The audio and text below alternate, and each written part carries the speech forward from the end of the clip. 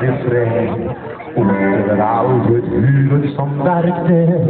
Och jag minns ju ingenting av allt som hänt. Börjar en dag, 4:15. Jag slutar mitt jobb och var på väg hem. En tusen smäll och några bromsar som skrek.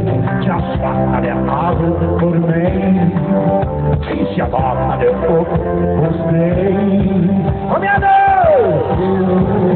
Syster, känner att du måste gå in. Du kom in till mig och rullade upp dit. Och när du tog min hand så började pulsen slå. Och hjärtat började gå. Att man kan känna så.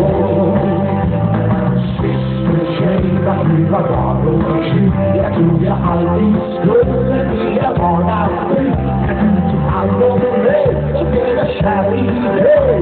Så tur att det var du. Så tur att det var du. Syster, tjej.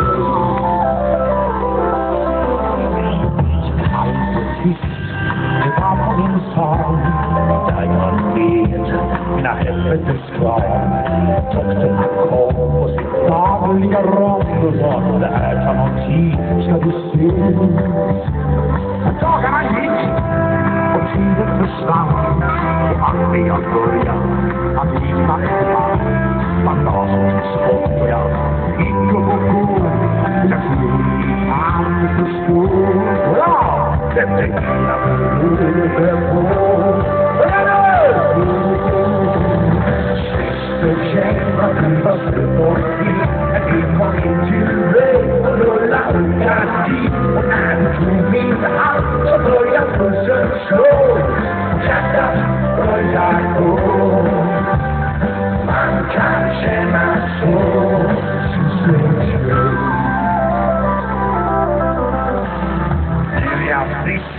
jag känner mig bra. Att det är precis som det ska.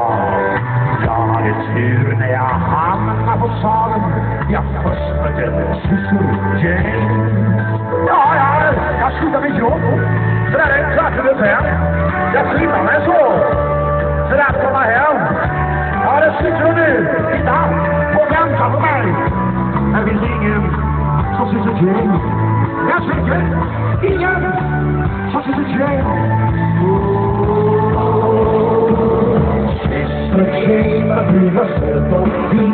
Du kom in till mig och rullade upp dit. När du tog min hand så började pulsen slå. Hjärtat började gå. Syster Jane, vad du var glad och sjuk. Jag trodde jag aldrig skulle vilja vara